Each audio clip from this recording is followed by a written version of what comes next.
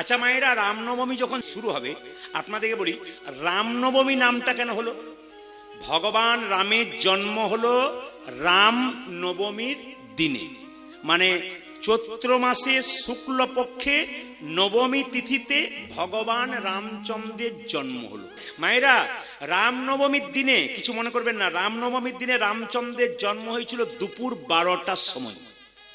সবাই শুনবেন, টাইমটা হচ্ছে 11:45 থেকে 12:15 মধ্যে।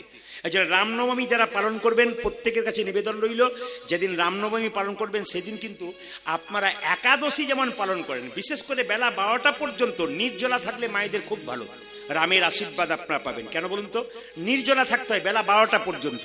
যদি না পারেন ফল জল খাবেন, যদি পারেন সারাদিন একাদশীর মতো পালন করবেন, আর যদি তাও না পারেন তাহলে আপনাদের বলবো সেদিন আপনারা নিরামিষ আহার করুন, তবু রামনবমী পালন আপনারা করুন। শুনবেন, রাজা দশরথের 3টি স্ত্রী ছিল, একটা কৌশল্যা, একটা কৈকেয়ী, একটি সুমিত্রা। বাচ্চা কিন্তু আসছিল না। ঋষসিংহ মুনি বলে একজন মুনি, তিনি দশরথকে বললেন পুত্রষ্টি যজ্ঞ করো, আর সেই যজ্ঞের চরু তোমার স্ত্রীগণ খেলে তোমার স্ত্রীদের গর্ভে সন্তান আসবে। আশ্চর্যের ব্যাপার মায়েরা শুনবেন, কৌশল্যার গর্ভ থেকে যে সন্তান জন্ম নিল, কৌশল্যার দাসী দশরথকে খবর দিল, রাজামশাই বাধাই হো, বাধাই হো, আজ আপনার ছেলে হয়েছে। 2 ঘন্টা পরে কৈকেয়ীর গর্ভ থেকে একটা ছেলে হলো, তার নাম কি? তার নাম ভরত। রাজামশাই বাধাই হো, বাধাই হো, আবার একটা ছেলে হলো। 2 দিন পরে সুমিত্রার গর্ভ থেকে লক্ষণ এবং শত্রুঘ্নের জন্ম হলো। শুনলে চমকে যাবেন, রামচন্দ্রের গায়ের রং কালো কুচকুচে। সবাই শুনবেন, রামের গায়ের রং পরিষ্কার নয় কিন্তু মায়েরা, কাঁচা সোনার মতো নয়, ভুল করবেন আপনারা। রামের গায়ের রং একবারে কালো কুচকুচে। আর আমাদের যিনি ভরত জন্ম নিল তারও গায়ের রং কালো কুচকুচে। রাম আর ভরতকে এক জায়গাতে দাঁড় করালে একবারে মনে হবে দুজনের দেখতে ডিটো, একই রকম দেখতে। কিন্তু লক্ষণ শত্রুঘ্ন দুজন সুমিত্রার গর্ভে জন্ম নিল, ওরা দুজন কিন্তু সাদা পরিষ্কার হয়ে গেল। এই জন্য মায়েরা সবাই লক্ষ্য করুন, বশিষ্ঠদেব নাম রাখলেন ছেলের, কি নাম রাখলেন? বশিষ্ঠ মুনি নাম রাখলেন ছেলের কি নাম? বরর নাম রাখলেন রাম, তারপর ভরত, তারপর লক্ষণ, তারপর শত্রুঘ্ন। এখন আপনারা কীর্তন শুনতে এসছেন, আপনাদের মনে একটু আশ্রয় হয় না বা একটু সন্দেহ হয় না? রামের পরে লক্ষণ বলি, তারপর ভরত শত্রুঘ্ন বলি, অ্যাকচুয়ালি কিন্তু রামের পরে জন্ম ভরতের, তাহলে ভরত মেজো ভাই না, কি বলছেন? মেজো ভাইকে বাদ দিয়ে 3 নম্বর ভাইকে বলা যায়, বড় পরে বলা যায়? তাহলে রাম ভরত লক্ষণ শত্রুঘ্ন অ্যাকচুয়ালি, কিন্তু আমরা কি বলি? রাম লক্ষণ ভরত শত্রুঘ্ন। তার কারণটা কি? সুমিত্রা দেবী লক্ষণকে বলেছিল, লক্ষণ তুই সব সময় রামের পাশে পাশে থাকবি, রামকে দেখবি, আর শত্রুঘ্ন তুই সব সময় ভরতের পাশে থাকবি। এই জন্য দেখবেন লক্ষণ রামের পাশে পাশে থাকতো, ওই জন্য রাম লক্ষণ ভরতের পাশে শত্রুঘ্ন থাকতো, তাই ভরত এবং শত্রুঘ্ন। এখন মাথায় রাখবেন, এই কথাগুলো জানতে হবে। কিছু ভালো লাগুক আর না লাগুক, খাওয়া একটু তিতা, আর ইচ্ছা করুক আর না পড়ুক, পড়ো একটু গীতা। সবাইকে বলবো, বাচ্চাদের গীতা পড়তে বলবেন। পড়াশোনা করবার আগে মায়েদেরকে দায়িত্ব দিলাম, ছোট বাচ্চা যখন পড়তে বসবে একটা গীতা ব্যাগে রাখতে বলবেন, ছোট্ট গীতা। আর বলবেন যে পড়তে পারে তাকে বলবে আগে গীতাটাকে প্রণাম করো বাবা, তারপর পড়তে বসো। প্রতিদিন বাচ্চাকে শেখাবেন, ও দেখবেন 1 মাস পরে নিজেই প্রণাম করছে, তারপর পড়ছে। আর যদি পড়তে পারে তাহলে একটা করে শ্লোক ওকে পড়তে পাঠান। আমি আপনাদের বলে যাই, বিশ্বে যত বড় বড় পৃথিবীতে মানুষ আছে সবাই কিন্তু গীতা পড়েছে। যারা আপনারা দেখতে পাচ্ছেন টাকার উপরে একজন মহাপুরুষের ছবি আছে, জোরে বলুন। ঈশ্বরচন্দ্র বিদ্যাসাগরের নাকি? হ্যাঁ হ্যাঁ হ্যাঁ। কার ছবি আছে টাকার উপরে? একটু জোরে বলবেন, নাহলে আমি তো পেরিয়ে যাবো ঈশ্বরচন্দ্র বিদ্যাসাগর বলে। কোনটা বলুন তো? মহাত্মা গান্ধী। আচ্ছা মায়েরা, মহাত্মা গান্ধীর ছবিটা দেখলেন শুধু, কিন্তু বুঝেছেন উনি কে ছিলেন? উনি এলাহাবাদ কোর্টের ব্যারিস্টার ছিলেন। সকালবেলায় ঘুম থেকে উঠে উনি গীতা পড়তেন। ওনাকে কেউ যদি জিজ্ঞেস করতো যে গীতা পড়ো কেন, বলে গীতা আমার মা, আমাকে জন্ম দিয়েছে, উনি আমার মা। আমার দুবরাজপুরে আমি যেখানে বাস করি, নাম করে ফেললাম, কিছু মনে করবেন না, একজন ডাক্তার আছে, ডাক্তারবাবুর নাম করবো না, সেই ডাক্তারের খুব কম বয়স, কোনোদিন কিন্তু প্যান্ট শার্ট পরে না, 35 থেকে 40 বছর বয়স। উনি কি করেন জানেন? পাঞ্জাবি এবং পাজামা পরে আসেন, আর প্রত্যেক দিন চিকিৎসা করে 200 রোগী দেখেন। দেখবেন টেবিলটাতে শ্রীমদ্ ভাগবত গীতা নামানো আছে এবং প্রচুর হাতের যশ, যাকে চিকিৎসা করে তারই রোগ ভালো হয়ে যায়। একবার সুন্দর চিকিৎসা, MBBS ডাক্তার। কিন্তু ওনার কাছে আমি যাই, প্রচুর আমার জিনিসগুলোকে ফ্লো করেন। উনি বলেন রাত্রিবেলায় আপনার জিনিসগুলোকে দেখি, আপনি নতুন কি দিচ্ছেন সেগুলো দেখি। তো ওনাকে বললাম যে আপনি গীতা পড়েন? বলছে হ্যাঁ হ্যাঁ, ভগবান তো এত বড় সুযোগ আমাকে দিয়েছে, প্রত্যেকদিন 200 রোগী দেখবার, গীতা পড়বো না কেন? গীতা তো প্রত্যেকটি মানুষের পড়ার দরকার আছে।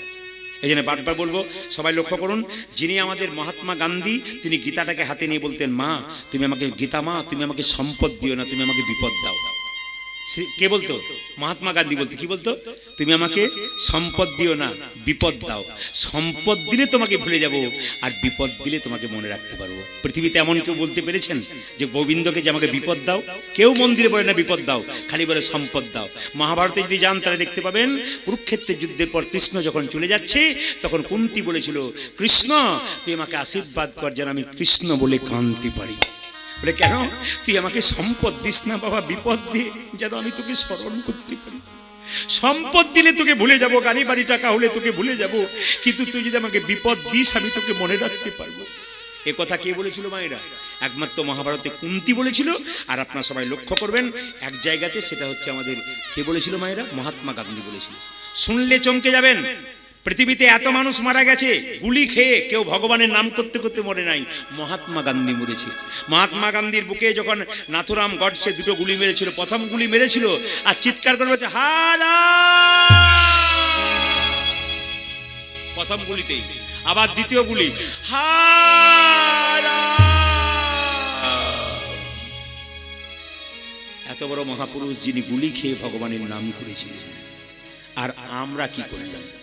আচ্ছা মায়েরা কিছু মনে করবেন না, একটু বাবারাও বলবেন, এক জায়গাতে গিয়ে লাল কাপড়ে একটা জিনিস ঢাকা থাকে, নিয়ে আমরা কি বলি বলুন তো? যাহা বলিব সত্য বলিব, সত্য ছাড়া মিথ্যা বলিব না। কোথায় কোথায় বলুন? আপনাদের মাঝে মাঝে যাওয়া আসা আছে নাকি? ওই জন্য বুঝতে পারলাম যে বলছে নাকি। যাহা বলিব বলেই গন্ডগোলে পড়েছে। যাহা বলিব সত্য বলিব, সত্য ছাড়া মিথ্যা বলিব না। আচ্ছা মায়েরা, লাল কাপড়ে ঢাকা ওটা কি? গীতা? আপনাদের পাকা যাওয়া আছে একবারই, বুঝতে পেরেছি।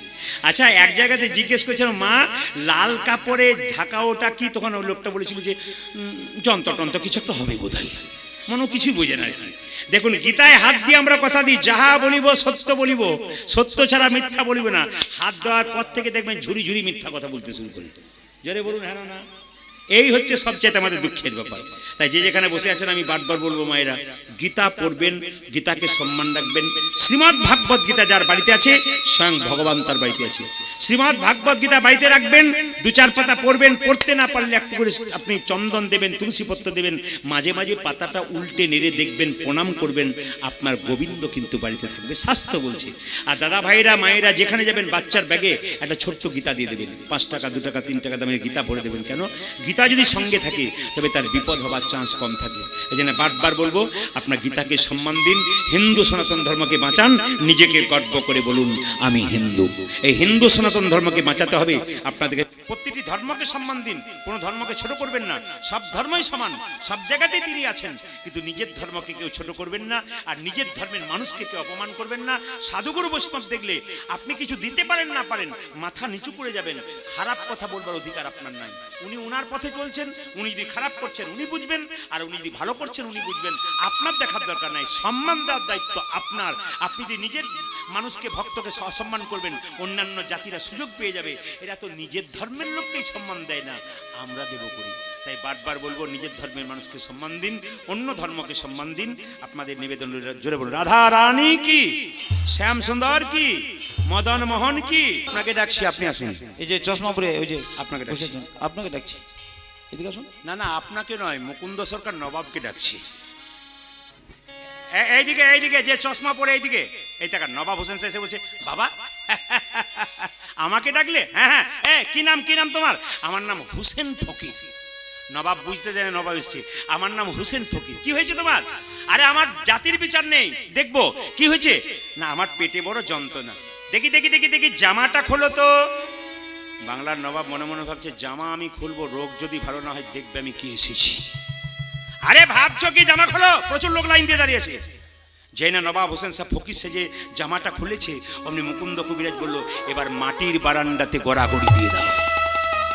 নবাব মনে মনে ভাবছে, কালের কাল বর্ষাকাল, হরিণে চাটে বাঘের গাল, নেহাত বেকায়দায় পড়েছি, রোগ যদি ভালো না হয় বেটা বুঝতে পারবে কি এসেছি। আমি সোনার ছপ্পট খাট ছাড়া শুই না, আর তুমি ধুলাই গড়াগড়ি দিতে বলছো। আমি রোগের জন্য সব, আরে ভাবো কি গড়াগড়ি দাও। যেই না নবাব হোসেন শাহ ফকির সেজে ধুলোতে গড়াগড়ি দিয়েছে, অমনি চমকে উঠে বলল, কবিরাজ। বলে কি আপনার এখানে ওষুধ দেওয়া থাকে নাকি? বলে কেন? যেই না গড়াগড়ি দিলাম আমার অর্ধেকটা পেটের রোগ ভালো হয়ে গেল। মুকুন্দ বলল, ভক্তদেরকে দিতে দিতে হয়তো ওষুধের কিছুটা পড়ে গেছে মাটিতে, তোমার কাজ লেগে গেছে। দেখি দেখি দেখি দেখি, হাঁ করো তো। যেই না হাঁ করেছে, আসল ওষুধটা দিয়েছে, আর মুকুন্দ সরকারের ওষুধে নবাবের পেটের রোগ ভালো হয়ে গেছে। নবাব চিৎকার করে বলল, মুকুন্দ। মুকুন্দ বলল, কার এত বড় সাহস যে আমার নাম ধরে রাখছে? নবাব বলল, আমি সারা বাংলার নবাব হোসেন শাহ। নবাব আপনি? হ্যাঁ, আমি তোমাকে পরীক্ষা করতে এসেছিলাম তুমি কত বড় কবিরাজ। সত্যি তুমি বড় কবিরাজ, তোমাকে এখানে রাখবো না, তোমাকে মালদাতে নিয়ে যাবো আমি। রাত্রিবেলায় মুকুন্দ সরকার মহাপ্রভু মন্দিরে কেঁদে বলছে, প্রভু তুমি তো গরিবের চিকিৎসা করতে বলেছিলে, কেন তুমি বড় লোকের বাড়িতে মুসলমানের বাড়িতে নিয়ে যাবে? আমি মুসলমানের বাড়িতে যাব কি করে প্রভু? রাত্রিবেলায় মহাপ্রভু আকাশবাণী করে বলছেন, মুকুন্দ, ঈশ্বর যা করে তা, জোরে বলুন, ঈশ্বর যা করে তা। এখন তো মঙ্গলের জন্য বলছেন, যদি বৃষ্টি নেমে যায় ঈশ্বর যা করে তা। আপনারা বলছেন মঙ্গলের জন্য, আর যারা কীর্তন করাচ্ছে তাদের কি অবস্থা?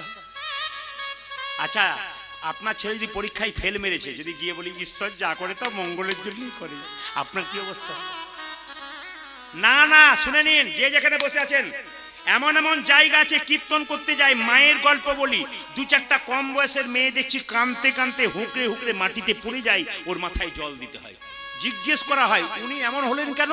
না, আপনি যখন মায়ের গল্প বলছিলেন, ওর একটি মাত্র ছেলে ক্লাস 9-এ পড়তো, একটি ছেলে মরে গেছে, মা শোনার পর থেকে আছাড় খাচ্ছে, আপনার কথাগুলো শুনে খুব কাঁদছে। ঈশ্বর যা করে তা, উনি কষ্ট পাবেন না? কিন্তু সত্যি জেনে রাখবেন মায়েরা, ঈশ্বর যা করে তা মঙ্গলের জন্যই করে। একটু প্রমাণ দেখে নিন। এক রাজার মন্ত্রী প্রত্যেক দিন বনে যায় শিকার করতে, সবাই তাকাবেন। রাজা মন্ত্রী যাচ্ছে, যেতে যেতে মন্ত্রী খালি কথায় কথায় বলে, ঈশ্বর যা করে তা মঙ্গল। চুপ, খালি ওই একই কথা, ঈশ্বর যা করে তা। মন্ত্রীকে বারবার বকাবকি করে রাজা। একদিন রাজার মন্ত্রী যাচ্ছে মায়েরা, যেতে যেতে ঈশ্বর যা করে মঙ্গলের জন্য করে। রাজা যেতে যেতে পায়ে জোরে পাথরে হোঁচট, আর যেই না হোঁচট খেয়েছে, মন্ত্রী বলছে, ঈশ্বর যা করে তা মঙ্গল। চুপ কর বেটা, চুপ কর, আমি হোঁচট খেলাম, রক্ত বেড়ে চাল, আমার মঙ্গলের জন্য হলো? মন্ত্রী বলছে, ঈশ্বর যা করে তা মঙ্গলের জন্য করে। রাজা বললো, বেটাকে বন্দি কর, বন্দি কর। আমার খাচ্ছে আর আমাকে বলছে যে মঙ্গল করে, বন্দি কর। মন্ত্রীকে বন্দি করে রাজা একাই বনে গেল। গভীর বনে গিয়ে দেখতে পেল একটা মা কালীর মন্দির। প্রত্যেক দিন মানুষ বলি দেওয়া হয়, কাউকে পাইনি, আজকে রাজাকেই পেয়েছি। মায়েরা, রাজাকে ধরে যেই না, চিনে না তো যে রাজা বটে, এখন ধরে যে না খুঁটোই ভরেছে, জয় মা। আচ্ছা, আপনারা তো ছাগল বলি দেন, জোরে বলুন তো মায়েরা, ছাগলটা যে বলি দেন, ছাগলের পায়ে যদি খুঁত লেগে যায় তাহলে বলি হয়? জোরে বলুন, বলি হয়? তবে কিছু মনে করবেন না, যে যেখানে বসে আছেন, যারা রাগ করবেন না, কেউ বৈষ্ণব শাস্ত্র বললো ছাগল বলি দেবেন না, কেন বলুন তো? আমার যদি মা হয়, গরুরও মা হবে, ছাগলেরও মা হবে। ভগবান, এই মা কালী হচ্ছে বিশ্ব জননী, বিশ্ব মাতা, সে ছাগলের মাংস খায় না। ছাগল তার পুত্র, ছাগল তার কন্যা, তার মাংস কোনদিন খায় না।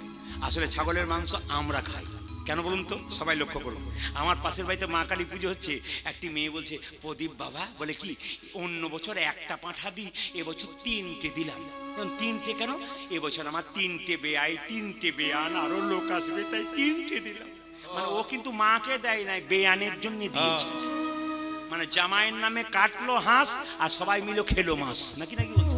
ওই মায়ের নামে কাটে, কিন্তু নিজে সবাই খায়। সবাই লক্ষ্য করুন মায়েরা, যেই না রাজাকে বলি দিতে গেছে, আর যেই না দেখেছে, বের কর বের কর, পায়ে খুব বের কর। এখন রাজা যখন দৌড়ে পালিয়ে গেল ভয়ে, মন্ত্রীকে বলছে, মন্ত্রী বলে কি তুমি যা বলেছো ঠিকই বলেছো, ঈশ্বর যা করে তা মঙ্গলের জন্য করে। মন্ত্রী বলছে, বেঁচে গেছে বলে ভাগ্যে পায়ে খুঁত হয়েছিল, বেঁচে গেলাম, নইলে মরে যেতাম, আজকে নিতাই করে হরিবল হয়ে যেতাম। মন্ত্রী বলছে, শুধু তোমার মঙ্গল করেছে তা নয়, আমারও করেছে। বলে কেন? আজকে আমি যদি তোমার সঙ্গে যেতাম, তুমি না হয় হোঁচট খেয়েছি বলে বেঁচে গিয়েছিলে, আমি তো হরিবল হয়ে যেতাম। তাহলে ঈশ্বর যা করে তা মঙ্গলের জন্য করে। সবাই লক্ষ্য করুন, মুকুন্দ সরকার নিয়ে গেল নবাবকে, নবাব নিয়ে গেল মুকুন্দ সরকার কোথায়? একবারে সোজা গৌড়ে, মালদাতে। মুসলমান নবাবের বাড়িতে গিয়ে মুকুন্দ একটা সুন্দর কথা বলল, আমি তোমার বাড়িতে থাকতে পারি, 3টে নিয়ম পালন করতে হবে। বলে কি? না, তোমার বাড়িতে আমি প্রথম হচ্ছে একটা গোপীনাথের মন্দির তৈরি করো। নবাব বলল, করে দেবো। আচ্ছা, যেন গরিবের চিকিৎসা করতে পারি, হ্যাঁ করতে পারবো। আর যেন গোবিন্দের গুণগান করতে পারি, বলছে হ্যাঁ করে দেবো। মুকুন্দ সরকার গান গাইছে মায়েরা, মুকুন্দ সরকার মন্দিরে বসে ভগবানের রূপের কথা গাইছে। আমি একটা রূপের পদ গাইবো যদুনাথ দাসের, শুনবেন ভালো করে। এই পদটি গাইছে, আর নবাবকে একটা মেয়ে পাখা করছে, সেই পাখাটা ছিল তাল পাতার পাখা, তার মধ্যে কতগুলো ময়ূরের পালক। নবাব শুনছে দাঁড়িয়ে, মুকুন্দ গাইছে, আর মেয়েটি ময়ূরের পালক পাখা দিয়ে, তালপাতার পাখা দিয়ে হাওয়া করছে। দেখি আমার মায়েরা কেমন কীর্তন শুনছেন আবার বলুন তো। যখন মুকুন্দ সরকার কীর্তন গান গাইছে, নবাব দাঁড়িয়ে আছে, একটা মেয়ে পাখা করছে। তালপাতার পাখা না প্লাস্টিকের পাখা? দাঁড়াও, কি পাখা? কি পাখা? তালপাতার পাখা। তার মধ্যে কিসের পালক ছিল? ও যাক, আপনারা তো ভালো শুনছেন মনে হচ্ছে। আপনাদের ভেতরে ঢুকে গেলে কাজ আছে, কেন বলুন তো? আমার বাবারা তো বুঝতে পারছে। আমি যখন প্রথম কীর্তন শিখতাম, আমার প্রথম শ্রোতা ছিল আমার বাবা এবং মা। কোন একটা লীলা কীর্তন করার সময় আগে আমার বাবাকে আর মাকে বসিয়ে শোনাতাম। বাবা খুব শিক্ষিত মানুষ ছিল, তিনি শুনতেন, তিনি বলতেন এই ভাষার এখানে ভুল হয়ে গেল, এটা ঠিক করো, এটা ঠিক করো। আর মা শুনলে বলতো, মা তুমি বুঝতে পেরেছো? বলছে একবার পাক্কা বুঝতে পেরেছি। তুমি যদি বুঝতে পেরেছো, পৃথিবীতে কেউ বাদ থাকবে না, সবাই বুঝে যাবে। ওই জন্য মায়েদেরকে কোনো জিজ্ঞেস করি বলুন তো, মায়েরা যদি একবার বুঝে যায় তাহলে নিতাই গৌর, বাবারা তো বুঝবেই, একটা ইশারাতেই কাফি বাবাদের। আর মায়েদের বুঝতে অসুবিধা হয়, সহজ করে বুঝিয়ে দিলাম। সবাই লক্ষ্য করো মায়েরা, যখনই মুকুন্দ সরকার কীর্তন করছে, যখনই নবাবকে হাওয়া করছিল ময়ূরের পালক দিয়ে পাখাতে, সঙ্গে সঙ্গে যেই না নবাব মুকুন্দকে বলেছে মুকুন্দ, আর যেই না মুকুন্দ নবাবের দিকে তাকাতে গেছে, ময়ূরের পালক দেখে কৃষ্ণ ভেবে, হে কৃষ্ণ কৃষ্ণ করুণা করুণা করো,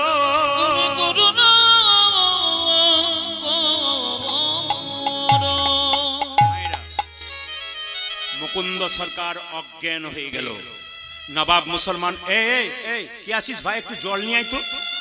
নবাব জল এনে যে না মুকুন্দের চোখে দিল, মুকুন্দের জ্ঞান ফিরে গেল। মুকুন্দকে নবাব জিজ্ঞেস করলো, মুকুন্দ তুমি যখন কীর্তন করছিলে আমার দিকে তাকালে, তুমি অজ্ঞান হয়ে গেলে কেন? মুকুন্দ মনে মনে ভাবছে, আমি তো হিন্দু, তুমি তো মুসলমান, তুমি কি করে জানবে? আমি তোমার ময়ূরের পালককে কৃষ্ণ দেখতে পেয়ে অজ্ঞান হয়ে গেছিলাম।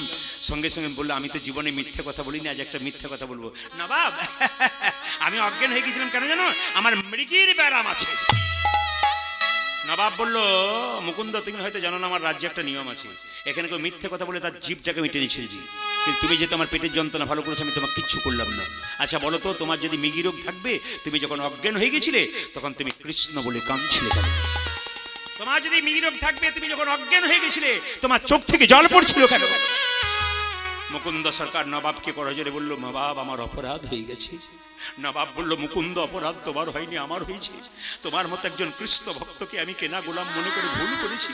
যারা কৃষ্ণ ভক্ত হয় কারো কেনা গোলাম হয় না, ভগবানের দাস হয়। ওগো মুকুন্দ শোনো, তোমাকে আমি আশীর্বাদ দিতে পারি না, তবে একটা কাজ করলাম, তুমি শ্রীখণ্ডে ফিরে যাও, গোটা শ্রীখণ্ডটা আমি তোমার নামে লিখে দিলাম। বলুন বলুন, ঈশ্বর যা করে তা মঙ্গলের জন্য করে না। নবাবের বাড়ি গেল, নবাব ভালোবেসে কি বললো, গোটা শ্রীখণ্ডটা তোমার নামে রেখে দিলাম, তোমার যাতে কোনো অভাব না থাকে। ওগো মুকুন্দ তুমি বাড়ি গিয়ে একটা মন্দির তৈরি করো, তবে যদি হতভাগ্য নবাবের কিছু হয় তুমি একদিন দেখে যেও। মায়েরা, মুকুন্দ সরকার নবাবকে সালাম জানিয়ে বাড়ির দিকে ছুটছে, আর গাইতে গাইতে যাচ্ছে, যশোদার দুলা তুমি যশোদা দুলা, তুমি যশোদা যশোদানি দুলা, বজের রাখা রাখো বৃন্দাবন মন। যশোদরি দোলা, ব্রজের রাখো বৃন্দাবন মন আজি। তুমি যশোদার দোলা, ব্রজের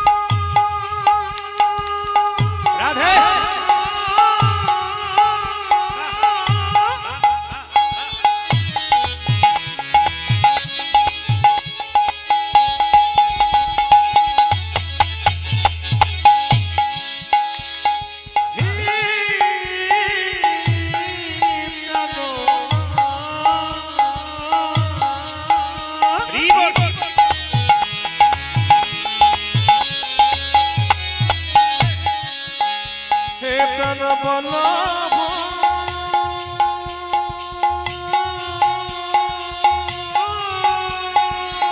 রাধে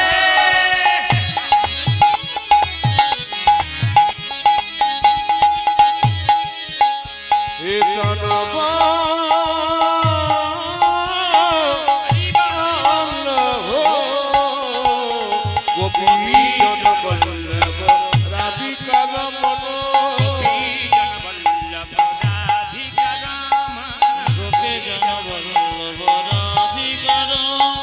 চিত্তবিত্ত মনোহারি বৃন্দাবন মনোহারি হরি বল। যশোদার দোলার ব্রজের বৃন্দাবন মনোহারি তুমি যতদার তোলাল ব্রজের রাখ বৃন্দাবন ধন হারে বৃন্দাবন মনোহারি ওই যে বৃন্দাবন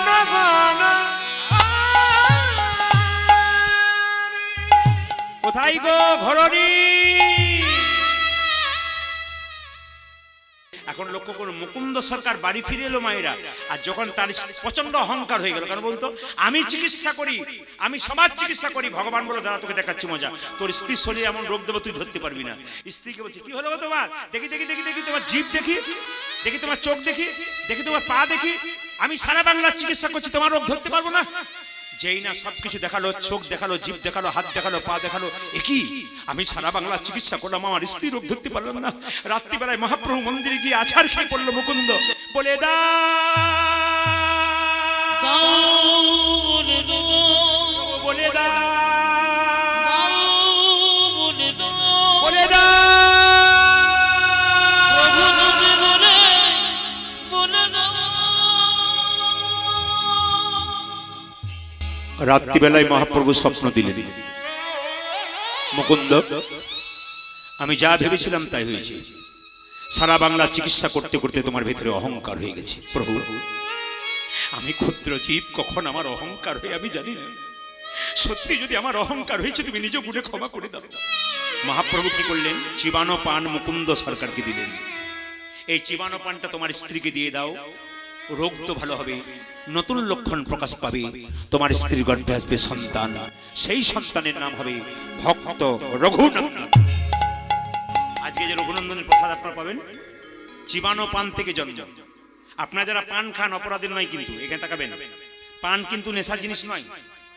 পান যারা খান, মহাপ্রভু পান খেত, কিন্তু আপনারা পান খেতে পারেন, কিন্তু শুনেন মহাপ্রভু সন্ন্যাসের পর আর পান খায় নাই বাবা। কিন্তু পান যারা খান, যদি চুন সুপারি খান পারা যায়, আর বিভিন্ন মশলা খেলে কিন্তু ওটা নেশাযুক্ত হয়ে যায়। পান কিন্তু খুব হজমের ক্ষেত্রে ভালো, পান মহাপ্রভু খেতেন। চিবানো পানটা মহাপ্রভু নিয়ে এসে যেই না তার স্ত্রীকে দিয়েছে, অমনি সঙ্গে সঙ্গে তার স্ত্রী কি করেছে দেখুন, স্ত্রী যেই না চিবানো পানটা খেয়েছে, আশ্চর্যের ব্যাপার, তার গর্ভে এসেছে সন্তান। আর সেই সন্তানটা জন্ম নিল কোন দিন? সরস্বতী পুজোর দিন। কিবার মা? কিবার? বৃহস্পতিবার দিন। সবাই মাথায় কাপড়টা নিন, রঘুনন্দনের জন্ম হচ্ছে একসঙ্গে। আহা হেন কালে হে জন্মিল শ্রী রঘুনন্দন, আহা হেন কালে জনমিল শ্রী রঘুনন্দন হেন কালে হে জন্মিল শ্রী রঘুনন্দন। আজি হেন কালে জনমিল শ্রী রঘুনন্দন যে মুকুন্দ দাসেরি তাহা আনন্দিত মন, আজ মুকুন্দ দাসের তাহা আনন্দিত মন যে মুকুন্দ দাসেরি তাহা আনন্দিত মন, উচাজি মুকুন্দ দেখে তাহা আনন্দিত মন। ও যে আনন্দ ধরে না, আনন্দ ধরে না আনন্দ ধরে না, আনন্দ ধরে না মুকুন্দ দাসের মনে আনন্দ ধরে না, হরি মুকুন্দ দাসের মনে আনন্দ ধরে না মুকুন্দ দাসের মনে পুত্রের বদন হেরে, মুকুন্দ দাসের মনে পুত্রবদন হেরে মুকুন্দ দাসের মনে পুত্রবদন হেরে মুকুন্দ দাসের ও দেখো মনে পুত্রবদন হেরে মুকুন্দ দাসের মনে পুত্রবদন হেরে আনন্দ ধরে না আজ মুকুন্দ দাসের আজ আনন্দিত ওই যে মন মুকুন্দ দেখে আজি আনন্দিত মন। মহিলা হলো সারিগত শোনার আগে মহিলা হলো সারিগত শোনার আগে মহিলা হলো সারিগত শোনার আগে মহিলা হলো হরি নামে শোনালো আজ দুই কানে শোনা গেল মধুর হরিণ ওটাকে দুই কানে শোনাইল মধুর হরি আচ্ছা আচ্ছা, সরস্বতী পুজোর দিনে ছেলে হলে আমরা কি বলি বলুন তো? মা ইঞ্জিনিয়ার হোক, ডাক্তার হোক, মাস্টার হোক, তারপর পয়সা পাতি রোজগার করে কলকাতায় ফ্ল্যাট কিনুক, মা বাবাকে বৃদ্ধাশ্রমে রাখুক। বলেন না আপনারা? আপনারা বলেন না? বলেন না বোধহয় কি? আমাদের দিকে বলে কি বাচ্চা যেন মাস্টার হয়, বাচ্চা যেন ডাক্তার হয়, কিন্তু কি উনি কি বললেন? মা আশীর্বাদে করো, আশীর্বাদে করো মা, আশীর্বাদে করো মা। আশীর্বাদে করো মা। সুন্দর সরকার ছেলেদের কি চাইলো? যেন ভাগবতী পড়তে পারে, আশীর্বাদে করো মা। ভাগবতে পড়তে পারে আশীর্বাদে করো মা, ভাগবতে পড়তে পারে, আশীর্বাদে করো মা। ভাগবত পড়তে পারে আশীর্বাদে করো যেন মা। সংকীর্তন গাইতে পারে, আশীর্বাদে করো মা। নাম সংকীর্তন গাইতে পারে আশীর্বাদে করো মা, যেন সংকীর্তন গাইতে পারে, হরি হরি হরি, যেন ভাগবতে পড়তে পারে হরি হরি হরি বলে। সংকীর্তন গাইতে পারে হরি হরি হরি বলে। ভাগবতে পড়তে পারে হরি হরি হরি নাম সংকীর্তন গাইতে পারে হরি হরি হরি বলে আশীর্বাদে করো মা। যে তুই কানে শোনাইল মধু হরি না, যে তুই কানে শোনাইল মধুর হরি না। আচ্ছা মায়েরা, যিনি জন্ম নিলেন তিনি কে বলুন তো? তিনি হচ্ছেন কামদেব মদন রঘুনন্দন রূপে জন্ম নিলেন। পদকর্তা বলছে কামদেব কেন জন্ম নিলেন? কামদেব মদনের 5টা বাণ ভগবানকে মারার চেষ্টা করেছিল। ভগবান বলল, কামদেব আমার দেওয়া বাণ তুই আমায় মারলি। সঙ্গে সঙ্গে ভগবান বলল যে কামদেব তুই যেহেতু আমার দেওয়া বাণ আমাকে মারলি, অভিশাপ দিলাম তোর মর্তকুলে জন্ম হোক। কামদেব কেঁদে কেঁদে বলল, অভিশাপ দিয়ে দিলে মর্তকুলে জন্ম হোক, আশীর্বাদ দাও যেন তোমার চরণ লাভ করতে পারি। ভগবান বলছে, তুই তো খুব চালাক রে, তুই যদি আমাকে নিয়ে যেতে চাস মর্তভূমিতে, আমি গোপীনাথ রূপে যাব শ্রীখণ্ডে, আর তুই রঘুনন্দন রূপে যাবি। একদিন তোর হাতে আমি নারু প্রসাদ গ্রহণ করব। পদকর্তা বললেন, আহা ব্রজের জনঙ্গ হরিয়ায়ঙ্গ, ব্রজের অনঙ্গ হরিয়ায়ঙ্গ, ব্রজের জনঙ্গ হরিয়ায়ঙ্গ, আজ ব্রজের অনঙ্গ হরিয়ায়ঙ্গ। গৌরী আওলা গৌর সঙ্গ, আমারি গৌরী আমন গৌর সঙ্গ, গৌরী আওলা গৌর সঙ্গ, আজ গৌরী আওন গৌর ভঙ্গ। ভকতি ভূষণ ভকতবে, আজ ভকতি ভূষণ ভকতবে, ভকতি ভূষণ ভকতবে, ওজয় ভকতি ভূষণ ভকত।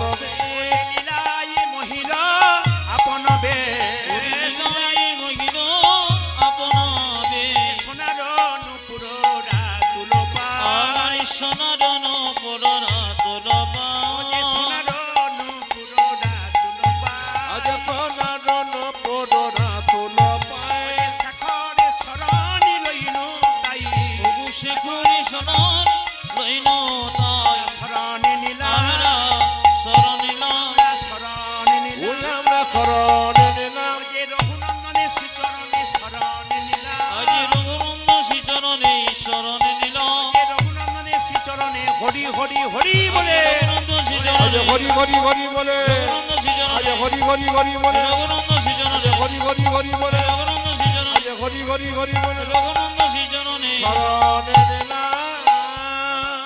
এই রঘুনন্দন তো জন্ম নিল, কিছু মনে করবে না, ছেলের নাম রঘুনন্দন রাখলো। আপনার বীর সিংহতে আমি এলাম, যে বাড়িতে বাসা, তিনি তো এখানকার কর্মীদের মধ্যে একজন, এবং তিনি আমাদের, তার স্ত্রী আমাদের এলাকার মানুষ। তো যাক, আপনারা সবাই আমাদের এলাকার মানুষ। আমার এই সামনেই কিন্তু শ্বশুরালয় আছেন, সেটা হচ্ছে আমার আপনার রাঘাইপুর জানেন, ও পাশে খবিরপুর জানেন, ওখানে আমার শ্বশুর বাড়ি। সে তো আমার এলাকা। আজ ওখান থেকে অনেকে আসার কথা ছিল, বিশেষ কারণে ওনারা আসতে পারলেন না, কারণ ওনারা চান্স পান না, সব জায়গাতে চান্স হয় না। আসলে বীরভূমের একমাত্র সাঁইথিয়া এলাকাটাতে আমি কয়েকটা গান দিতে পারি, আর আমাদের ওই এলাকাতে দু চারটা দিতে পারি। বাকি কিন্তু বছরে অন্যান্য জেলা প্রচুর গানের চাপ দেয় বলে অন্য জেলায় চলে যাই। বীরভূমে কম দিতে পারি বলে বীরভূমে মানুষের অনেকের রাগ হয়, অভিমান হয়। অভিমানের কোনো ব্যাপার নেই, ব্যাপারটা হয়ে যায় কি বলুন তো, আসলে অন্যান্য জেলার মানুষ 1 বছর আগে বুকিং করে। যেমন আপনারা শুনলে চমকে যাবেন, দেখুন আজকে আমার কাছে যারা বসছিলেন 2-4 জন, তারা দেখতে পেয়েছেন এই বছর এখনো এই দোল পূর্ণিমা পেরিল, আগালো দোল পূর্ণিমা, এখন থেকে বুকিং করছে, এখন থেকে। তার মানে কি, আগামী চৈত্র বৈশাখ, এই চৈত্র নয় কিন্তু, এখনো চৈত্র ঢোকেনি, পরের চৈত্রের জন্য 22 জনে রেডি। তার মানে কি, যারা দেখবেন দক্ষিণ 24 পরগনা, উত্তর 24 পরগনা, তারপর আপনার হাওড়া, হুগলি, উত্তর দিনাজপুর, দক্ষিণ দিনাজপুর, সুন্দরবন, এরা কিন্তু খুব পাকা লোক। এরা কিন্তু যাকে টার্গেট করবে তাকে কিন্তু 1 বছর আগে টার্গেট করবে। আর আমাদের কি হয়, এই সারা বছরে সব মিটিং মিছিল হয়ে গেল, তারপরে সিদ্ধান্ত নিলে জনকে করবে। যখন আমাদেরকে করতে গেল তখন দেখলো ডেট একবারে বুকিং হয়ে বসে আছে। এনারা গত বছর আমাকে চেষ্টা করেছিলেন, কিন্তু এনারা পার নাই। তা আমার ধর্মরাজের কৃপায়, প্রভুর কৃপায়, আপনাদের চরণে আশীর্বাদে এবছর এখানে আসতে পারলাম। আপনাদের কাছে নিবেদন রইল, একটা ছোট্ট কথা বলে যাই। প্রত্যেক জায়গায় কীর্তন করতে যাই, আপনারাও কীর্তন শুনছেন, তবে ইউটিউবে আমাকে আপনারা 5-6 বছর ধরে দেখছেন। আমি কি এর আগে কীর্তন করিনি? ঝাড়খণ্ডে প্রচুর জায়গায় কীর্তন করতাম মা। তো কীর্তন করতে করতে যে নামের কথা বললাম, ছেলে মেয়েদের নাম রাখবেন কি সিরিয়ালের নাম রেখে নাম রাখবেন না, কিন্তু এমন নাম রাখবেন যেন নামটা বললে ভক্তি আসে। যেমন মেয়ের নাম যদি বলেন বিষ্ণুপ্রিয়া, এদিকে আই মা একটু খেয়ে নে, তাহলে যখন মেয়ের নাম বিষ্ণুপ্রিয়া রাখবেন কি সুন্দর ডাকবেন বলুন তো, এই বিষ্ণুপ্রিয়া এদিকে আই, নামটা কত সুন্দর বলুন তো। ছেলের নাম যদি বলবেন আইরে কৃষ্ণ, আইরে বিষ্ণু, আইরে নারায়ণ, খেয়ে নে বাবা, ওগুলো এখন নাকি অন্যরকম নাম হয়ে গেছে বলে কেউ নাম রাখে না। এখন যত ছোট ছোট নাম হয় তার চেষ্টা করে। তবে বলে রাখি, আপনারা ঝাড়খণ্ডে একটা জায়গাতে আমি গান করতাম, তো গান করতে করতে দেখতে পেতাম প্রতি বছর একজন ব্যক্তি সামনে কীর্তন শুনতেন, প্রণাম করতেন। আমি শেষে বলতাম, দাদা আপনার স্ত্রী নাই, আপনি কীর্তন শোন, আপনার স্ত্রী আসতে পারে না? উনি বলেন, দাদা আমার স্ত্রী খুব অভিমান। বলে কেন? ছেলে মেয়েও হয় নাই, আপনি একটু আশীর্বাদ করুন যেন ছেলে মেয়েও হয়। এখন দেখুন দাদা, কিছু মনে করবেন না, আমি তার ভগবান নই, তবে আপনার ঘর ভেঙেছে, দরখাস্ত তো আপনি করবেন, আমি কেন করতে যাব? উনি বলছেন, না আপনারা বললে কিছু হয়। আমি এখন মাথায় হাত দিয়ে বলে ফেলেছি, আপনার ছেলে মেয়ে কিছু হোক, আপনি বাবা হন, আপনার স্ত্রী মা হোক। কথাটা আন্দাজে লেগেও গেছে। 1 বছর পর একটা ছেলে হয়ে গেছে, আর হয়েছে, আর কীর্তন শুনতেছে, কীর্তনের শেষে বলছে, প্রদীপ বাবু নাম কিন্তু আপনাকেই রাখতে হবে। আমি বললাম, নাম রাখতে হবে? সবাই তাকান, নাম রাখতে হবে? তোমার ছেলে কোন দিন জন্ম নিয়েছে, তিথি নক্ষত্রগুলো বলো, সব কিছু বললো। শেষে বললাম, তোমার ছেলের নাম রাখলাম দিগম্বর। বলছে, দারুণ নাম রেখেছেন দাদা, দারুণ। এইবার লক্ষ্য করুন, বছর 3 ওইদিকে যায়নি, পাশের গ্রামে গান করতে গেছি, ভদ্রলোক কীর্তন শুনতে এসছে। কীর্তন যখন শেষ হয়ে গেছে তখন বললাম, দাদা এসেছেন? বলে, হ্যাঁ, এবছর আর একটি হয়েছে। হয় না তোমার আবার লাইন দিয়েছে যে। লক্ষ্য করুন, উনি বলছেন এই বছর হয়েছে। বলছে, আপনাকে কিন্তু নাম রাখতে হবে। আমি দেখো, আমি তার নাম জানি না, তবে শোনো, তোমার নাম যখন বলছো ছেলে, তুমি তিথি নক্ষত্র বলো, নাম রেখে দেবো। সব কিছু বললো, শেষে বললাম, তোমার ছেলের এবার নাম হলো কৃষ্ণ দাস। এরা যেমন বলছে চলবে না, ভদ্র বলছে না, ওটা চলবে না। বলে কেন? ম্যাচিং চাই। ম্যাচিং মানে বুঝেছেন কিছু? কীর্তনে যে কি রস আছে, সারা রাত্রি শেষ হয়ে যাবে তো বুঝবেন না। যাত্রাতে 8টা লোক বসে থাকবে, আর কীর্তনে দেখবেন শেষ পর্যন্ত সবগুলো বসে থাকবে। কেন বলুন তো? রস ঢালতে হবে। রস ঢাললে সব নিতাই। আপনার তো কয়েকজন ব্যক্তি বসে আছেন, কত লোক হবে এখানে? যে 20,000-25,000 লোক বসে থাকে, থই থই করে, স্থিরভাবে বসে থাকে। যারা দেখেছে তারা দেখ। যেমন হাওড়া জেলা আটচালাতে গান করেছি, এখানে কোনো একজন আত্মীয় এসেছেন। উনি আমাকে বললেন, কে এসছেন এখানে? উনি কিন্তু এসছেন, ওনার আত্মীয় বললেন যে আমাদের ওখানে 35,000 লোক। আমি তো কদিন আগে গিয়েছিলাম, 30-35,000 লোক, এক গিজ গিজ গিজ গিজ গিজ গিজ করছে লোকে লোকে। তো সবাই লক্ষ্য করুন যে যেখানে বসে আছেন, যারা জানে তারা জানে, আপনাদের কাছে নিবেদন রইল। এবার আমি বললাম যে তাহলে তোমার ম্যাচিং নাম রাখতে হবে। তাহলে বললাম, দিগম্বর নাম রেখেছি, এবার তোমার ছেলের নাম রাখলাম নটম্বর। দারুণ লিখেছি। বলছে, দারুণ নাম রেখেছেন দাদা। আমার দাদা কিছু মনে করবে না, আর এসেন না, আমার কাছে ম্যাচিং ট্যাচিং নাই। এখন লক্ষ্য করো মায়েরা, 3-4 বছর আবার ওইখান থেকে 8 কিলোমিটার দূরে গান করতে গেছি, বেটা আবার এসেছে। আমার কি হলো দাদা? বলছে, এবছর আর একটি হয়েছে। কঠিন গন্ডগোলে ফেললো। এখন যে নেবেছে আর একটি হয়েছে, বলছে নাম কিন্তু আপনাকে রাখতে বলে, ম্যাচিং না এরকম। বলছে না ম্যাচিং, বলতে তাহলে দিগম্বর নটম্বর, এবার নাম রাখলাম শীতম্বর। বলছে, দারুণ দাদা। বললাম, দাদা হেই দাদা, আর কীর্তন করতে এলে আপনি যেন আর এসেন না, অন্য কোথাও যেন। এখন লক্ষ্য করুন, বছর 10 ওইদিকে যায় নাই, এখন কীর্তনে আসরে বসে আছি, তখন দেখছি ভদ্রলোক 3টি ছেলেকে নিয়ে বসে আছে। মানে বড় বড় হয়ে গেছে তখন। এই কয়েকদিন আগে গিয়েছিলাম, যখন বড় বড় হয়ে গেছে তখন কীর্তনের শেষে নিয়ে এসছে ছেলেগুলোকে, দিগম্বর নটম্বর কই রে? নটম্বর মামার ঘরে গেছে। আচ্ছা আচ্ছা, দিগম্বর নটম্বর শীতম্বর 3জন প্রণাম করেছে। বললাম, দাদা এবার কিন্তু আপনার স্ত্রী আসা উচিত ছিল। বলে কেন? মানে 3টে ছেলে হয়েছে আবার কি? বলছে, দাদা এই বছরও হাতুর ঘরে আছে। বললাম, বুঝলাম না। বলছে, এই বছর একসঙ্গে 2টো হয়েছে। বাবা, তুমি যে পঞ্চপাণ্ডবের বাপ, হে তুমি যেমন তেমন বাপ না, তুমি পঞ্চপাণ্ডবের বাপ।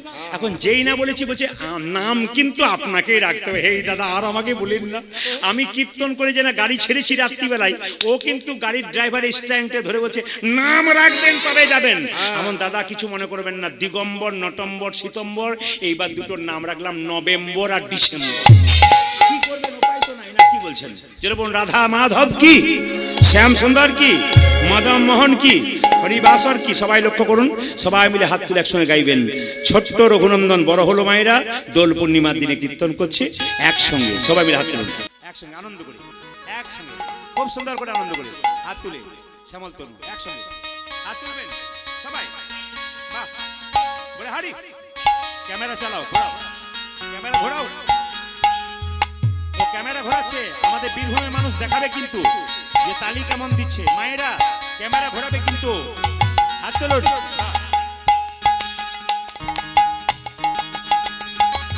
হাততালি দিয়ে। হরি বল।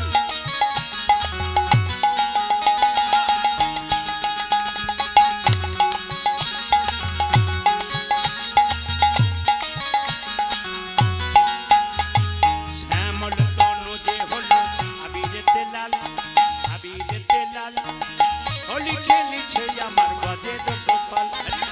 শ্যামল তনু যে হলো আবিরেতে লাল, আবিরেতে লাল, হোলি খেলিছে আমার ব্রজের গোপাল। শ্যামল তনু যে হলো আবিরেতে লাল, আবিরেতে লাল, হোলি খেলিছে আমার ব্রজের গোপাল। ওরে সাথে লইয়ে সিদাম সুদাম যত না রাখাল। হরি বল। সাথী লইয়ে, সাথী লইয়ে, সাথী লইয়ে সিদাম সুদাম যতন রাখো। হ্যাঁ, সাথে লইয়ে, সাথে লইয়ে, সাথে লইয়ে, হ্যাঁ, হ্যাঁ, সাথে লইয়ে সিদাম সুদাম যত না রাখাল। সাথে লয়ে, সাথে লয়ে, সাথে লয়ে সিদাম সুদাম যত না রাখাল। হোলি খেলিছে আমার বাজে গোপাল।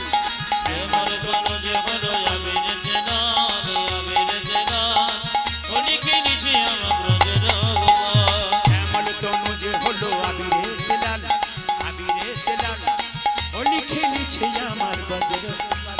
শ্যামল তনু যে হলো আবিরেতে লাল, আবিরেতে লাল, হোলি খেলিছে আমার ব্রজের গোপাল। ওরে রাধারে রং দেবে বলে ধরিল পিচকারি, ধরিল পিচকারি, লাল রঙে রাগাইল নীল রঙে শাড়ি। আজি রাধারে রাধারে রং, রাধারে রং দেবে মনে ধরেল পিচকারি, ধরেল পিচকারি, লাল রঙে রাগাইল নীল রঙেশ্বরে। ওরে রাধারে রং দেবে বলে ধরিল পিচকারি, ধরিল পিচকারি, লাল রঙে রাগাইল নীল রঙে শাড়ি। রাধারে রং, রাধারে রং, রাধারে রং দেবে বলে ধরিল পিচকারি, ধরিল পিচকারি, লাল রঙে জাগাইল নীল রঙে লাল। রাধা বলে রং দিও না দোহাই নন্দলাল, রাধা বলে রং দিও না দোহাই নন্দলাল, রাধা বলে রং দিও না দোহাই নন্দলাল। আজি রাধা বলে রং দিও না দোহাই নন্দলাল। যে হোলি খেলিছে আমার বাজে গোপাল। শ্যামল তনু যে হলো আবিরেতে লাল, আবিরেতে লাল, হোলি খেলিছে আমার ব্রজের গোপাল। শ্যামল তনু যে হলো আবিরেতে লাল, ধনী, হোলি ধনী। খেলিছে আমার ব্রজের গোপাল। শ্যামল তনু যে হলো আবিরেতে লাল, হোলি খেলিছে আমার ব্রজের গোপাল। শ্যামল তনু যে হলো আবিরেতে লাল, হোলি খেলিছে আমার ব্রজের গোপাল। যাদের মাথায় রুমাল তোয়ালে আছে তারা নেবেন, রুমাল তোয়ালে না থাকলে বাবু হয়ে বসুন। মায়েরা তো মাথায় কাপড়টা নেবেন, সবাই ভক্তি করে জায়গাটা। কারণ ছোট্ট রঘুনন্দন গোপীনাথকে নাড়ু খাওয়াবে, নাড়ু প্রসাদটা সবাই দর্শন করুন যে যেখানে বসে আছেন। ধর্মরাজের মন্দির আজকে, এই মন্দিরে কীর্তন হচ্ছে, আপনারা সবাই প্রসাদ পাবেন। তবে একটা কথা বলে রাখি, এই প্রসাদ যদি সবাই না পান, কমিটিকে তো আমি বলিনি যে 10 কেজি বেড়াতে যাই, আমি বলেছি 100 গ্রাম মতো দিয়েছি। কিন্তু আপনারা লক্ষ্য করবেন, যদি কেউ না পান অসুবিধা কিছু নেই, বৃহস্পতিবার দিন 1 কেজি বাতাসা কিনে হরিলুট দিয়ে দেবেন, ওইটাই কৌটোতে রাখবেন, ওইটাই খাওয়াবেন একটা একটা করে। এটা যে দিতে হবে তার কোনো কথা নেই, সবাই শুধু দর্শন করুন, এতেই লাভ হবে। মায়েরা, মালদা জেলায় কয়েকদিন আগে গান করেছিলাম, একজন মা তার ডান হাত দিয়ে গোবিন্দ সেবা করছে, বৈষ্ণব সেবা করছে, বাঁ হাত দিয়ে নিজে খাচ্ছে। তো ওনাকে জিজ্ঞেস করলাম, মা আপনি ডান হাতটাতে গোবিন্দ সেবা করছেন, ভক্ত সেবা করছেন, পুজো করছেন, বাঁ হাতে খাচ্ছেন কেন? ডান হাতে তো সব করছেন। উনি একটা দামি কথা বললেন, বলছে বাবা আমার 7টা ছেলে মরে যাবার পর একটা ছেলে হয়েছে, ওই ছেলেটাকে গোবিন্দের কাছে প্রার্থনা করেছিলাম, প্রভু যদি ছেলেটা আমার বেঁচে থাকে, ভালো থাকে, সুস্থ থাকে, আমি ডান হাতটা তোমাকে চিরকালের জন্য দিয়ে দিলাম। সাধুগুরু বৈষ্ণবের আর গোবিন্দের সেবা ডান হাতে করবো, আর বাঁ হাতে নিজে খাবো। একজন মা যদি সারা জীবন তার ডান হাতটা তার ছেলের জন্য গোবিন্দকে দিতে পারে, আপনারা এতক্ষণ ধরে কীর্তন শুনছেন, আপনাদের সন্তানের মঙ্গল তো আপনারা অবশ্যই কামনা করতে পারেন এই লীলাটির মাধ্যমে।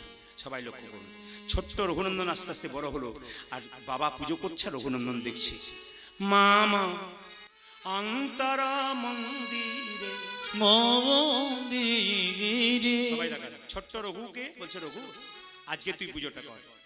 মামা অন্তর মন্দিরে তুমি জাগো জাগো জগো মদন কৃষ্ণ গোপাল গোপাল মদন কৃষ্ণ গোপাল মামা অন্তর মন্দিরে জগো জগো আরে মদন কৃষ্ণ গোপাল গোপাল মদন কৃষ্ণ গোপাল অন্তর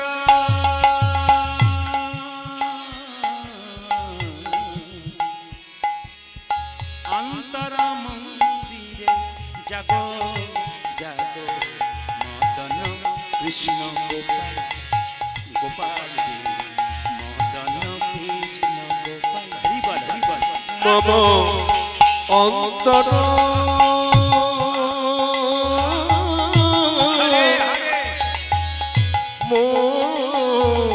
মন্দিরে বাবা জাগো জাগো সবাই দর্শন করবেন ভক্তি করে মদন কৃষ্ণ গোপাল গোপাল মদন কৃষ্ণ গোপাল লয়ে রাধা বামে এসো ব্রজধামে লই রাধবনে এসো ব্রজধামে লয়ে রাধা বামে এসো ব্রজধামে হে প্রাণ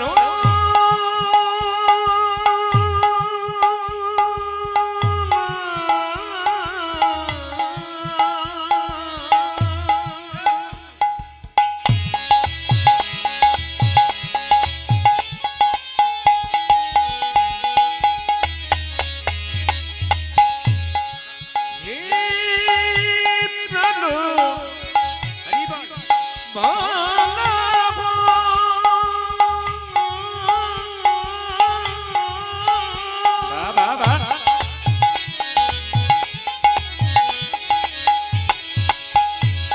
বাবা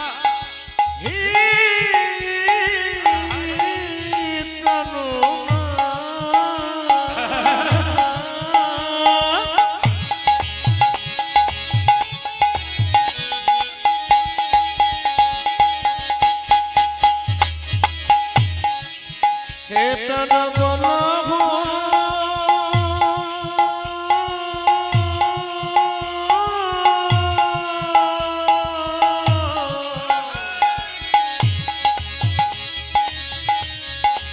হে প্রাণ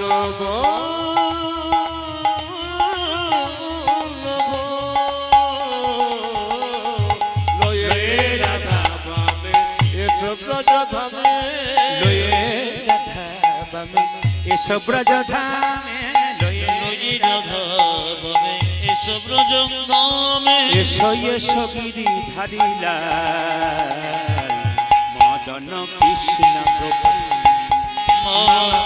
অন্তর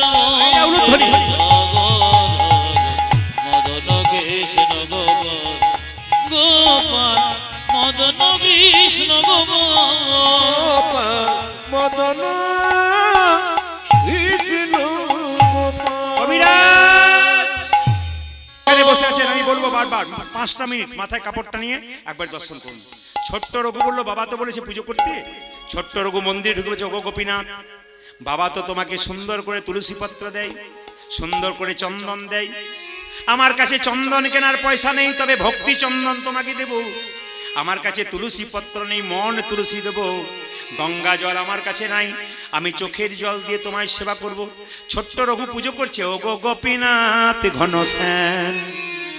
বাবা বলে গেছে ভক্ত প্রহ্লাদ হাতে ভগবান খেয়েছে, তোর হাতও খাবে। ওর বিশ্বাস জন্মে গেছে, ও মন্দিরে ঢুকে বলছে ওগো গোপীনাথ ঘনশ্যাম। ওগো গোপীনাথ ঘনশ্যাম ওগো গোপীনাথ ঘনশ্যাম। আজি যোগ গোপীনাথ ঘনশ্যাম যোগ গোপীনাথ ঘনশ্যাম বারবার বলছে গোপীনাথ নাড়ু খাও। ও 5 বছর ছেলেটা বলছে বুঝতে পারছি তুমি নাড়ু খাচ্ছ না কেন, আসলে দরজাটা হাঁ করে খোলা আছে তো তোমার লজ্জা করছে। দরজা বন্ধ করে দিলাম, এবার নাড়ু খাও। ও তোমার হাতের বাঁশিতে অসুবিধা হচ্ছে, আচ্ছা বাবা বাঁশিটাকে কেড়ে নিলাম।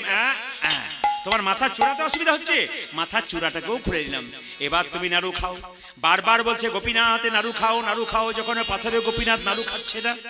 ছোট্ট রঘুনন্দন বলছে হ্যাঁ গো গোপীনাথ, তুমি নাকি ভক্ত প্রহ্লাদের হাতে খেয়েছো, ধুবির হাতে খেয়েছো, আমার হাতে খাচ্ছ না। বাবা এসে যখন জিজ্ঞেস করবে তুমি আমার হাতে নাড়ু খাওনি, বাবা তখন আমাকে বকাবো কি করবে। ছোট্ট রঘুনন্দন পাথরে গোপীনাথের পায়ে মাথা ঢুকছে, গোপীনাথ গোপীনাথ গোপীনাথ। রক্ত আর চোখের জলে মন্দির ভেসে যাচ্ছে। পাথরের গোপীনাথ মনে মনে ভাবছে রঘুরে, আমি যদি তোর হাতে একটা নাড়ু না খাই, লোকে আমাকে সোনার থালায় রূপোর থালায় পায়েস দেয়, কিন্তু তুই আমাকে চোখের জল আর রক্ত দিয়ে আমার চরণ ধুইয়া দিলি।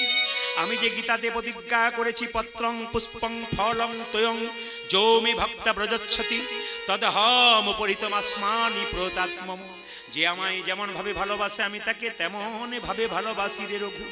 যেই না বলেছে পাথরের গোপীনাথ বলো তুই নাড়ু দে নাড়ু দে, পাথরের গোপীনাথ পেছন থেকে হাত বাড়িয়ে বলো রঘুনন্দন নাড়ু দে রঘুনন্দন নাড়ু দে রঘুনন্দন নাড়ু দে রঘুনন্দন নাড়ু দে গোপীনাথ নাড়ু খাও গোপীনাথ নাড়ু খাও গোপীনাথ নাড়ু খাও গোপীনাথ নাড়ু খাও। পাথরের গোপীনাথ সব নাড়ু খেয়ে নিচ্ছে। রঘু বলছে হ্যাঁ গো তুমি বাবার হাতে এত নাড়ু খাচ্ছ না, আমার হাতে এত নাড়ু খাচ্ছ কেন? পাথরের গোপীনাথ বলছে সবাই আমায় ডাকে রে রঘু, তোর মতো এমন করি চোখের জলে ভেসে কেউ ডাকে আমায় চোখে জলে ভিসি কেউ ডাকে না, চোখের জলে ভেসে কেউ ডাকে ওই না। এমন চোখের জলে ভেসে কেউ ডাকে না। মন্ত্রে তন্ত্রে সবাই ডাকে, চোখের জলে ভেসে কেউ ডাকে না। আমায় মন্ত্রী তন্ত্রে সবাই এমন চোখের জলে ভেসে কেউ ডাকে না, উল্টাকে মন্ত্রী তন্ত্রী সবাই ডাকে, চোখে জলে ভেসে কেউ ডাকে না, মন্ত্রী তন্ত্রী সবাই এই ডাকে। চোখে জলে ভেসে কেউ ডাকে না, এমন চোখের জলে ভেসে কেউ ডাকে না। যেই না তার বাবা ছুটে এসে চিকিৎসা করে বাড়ির দরজাটা খুলেছে, অমনি দিকে পাথরের গোপীনাথের হাতে অর্ধেকটা নাড়ু আছে। ছোট্ট রঘুকে তার বাবা বলছে হ্যাঁ রে আমি দেখছি গোপীনাথের হাতে নাড়ু, কিন্তু পাথরের দেখতে পাচ্ছি অর্ধেকটা দেখতে পাচ্ছি। রঘু বলছে না না বাবা আমি আসল নাড়ু দেখতে পাচ্ছি। রঘু কেঁদে কেঁদে গোপীনাথকে বলছে হ্যাঁ গো গোপীনাথ, বাবা দেখতে পাচ্ছে পাথরের নাড়ু, আমি কেন আসল নাড়ু দেখতে পাচ্ছি? গোপীনাথ আকাশবাণী করে বলল রঘুরে, এই জগতে মানুষের যখন জন্ম হয় দুটো চোখ হয়, গুরুদেবের কাছে মন্ত্র নেওয়ার একটা চোখ হয়, ওই চোখটার নাম জ্ঞান চক্ষু। তোর যে জ্ঞান চক্ষুর উদয় হয়েছে তোর বাবার এখনো হয় নাই। তুই যদি তোর হাতটা তোর বাবার মাথায় দিস দেখতে পাবে আমি নাড়ু খাচ্ছি। শাস্ত্রে সব জায়গাতে লেখা আছে পিতার পুণ্যে পুত্রের উদয় হয়, কিন্তু আজকে দেখাবো পুত্রের পুণ্যে পিতার উদয় হয়, পুত্র যদি কৃষ্ণ ভক্ত হয়। ছোট্ট ছেলে রঘু তার বাবার মাথায় হাত দিয়েছে, আর কি দেখলো? অদ্যপি খণ্ডপুরে অর্ধনাড়ু আছে করে, অদ্যপি খণ্ডপুরে অধনারে আছে করে, অদ্যপি খণ্ডপুরে অর্ধনাড়ু আছে করে, অদ্যপি খণ্ডপুরে অতনারও আছে করে। যত ভক্তগণ জানে জানে, দেখে যত ভক্তগণ জনে জনে, দেখে যত ভক্তগণ জানে জানে, দেখে যত ভক্তগণ জনে জনে। বজের মদন যেই শিরগুনন্দন সে, ব্রজের মদন যে শিরগুনন্দন সে, বজের মদন যেই শিরগুনন্দন সে, আদি ব্রজের মদন চির গুণনন সে। ধবদাস রস ভনে ভনে, উদ্ধব দশরথ ভনে ভনে, মিলনে হলো আজ রে। মিলন হলো রে। আপনার বাড়ি যাবেন না নাকি? না যাবে না, বাড়ি যাবেন না? বাড়ি যাবেন না? ওরা থাক আমরা যাই। তাহলে আপনার থাকুন আমরা যাই। দেখুন আমাকে কথা ছিল 7:30 থেকে 10:30, আমি 11টা করে দিলাম, তাও আপনারা উঠছেন না। আমি আগেই বলেছি এটা শুধু এখানে নয় প্রতি জায়গাতে হয়, আপনারা উঠছেন না কেন? উঠুন, নইলে আমি শেষ করতে পারবো না। শেষ তো করে দিয়েছি, মিলন হলো বলে দিয়েছি। আচ্ছা আবার যদি কোনো কৃপা হয় আপনাদের সামনে আসবো, একটা ভজনের মাধ্যমে আসুন, আমরা একটা ভজন গাই। ভজন গাইতে গেলে মায়েরা সবাই উঠুন, আস্তে আস্তে উঠুন। আমি উঠতে বলছি আপনাদের উঠুন, হ্যাঁ কষ্ট করে একটু উঠুন। কি করবেন? যেতে হবে কাবিরাম মানে কি, সবাই হাত তুলুন, হাত তুলুন, হাত তুলুন।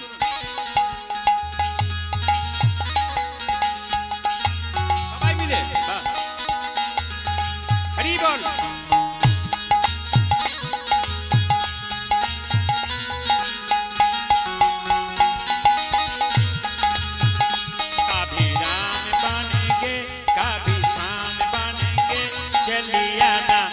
भोजी चलिया ना कभी रब बनेगी कभी सब बनेगी चलिया ना